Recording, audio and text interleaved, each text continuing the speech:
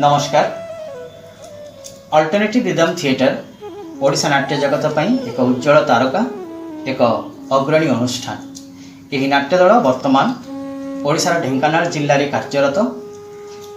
मोर अति प्रिय सान भाई श्रीयुक्त दिनेश कुमार दास जड़े उच्च मानर निर्देशक।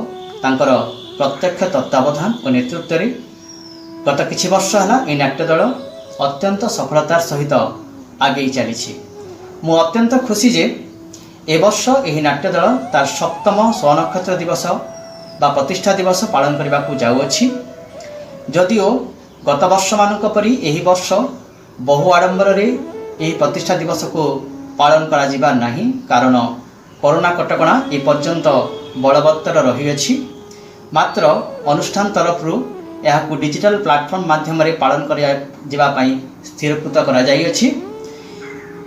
मु आशीष कुमार सोनार नाट्यकार श्री कल्चरल एसोसिएशन संबलपुर तरफ यह नाट्य दलर समस्त कर्मकर्ता समस्त सदस्य माननकु मोर आंतरिक शुभेच्छा और अभिनंदन ज्ञापन करुअछि।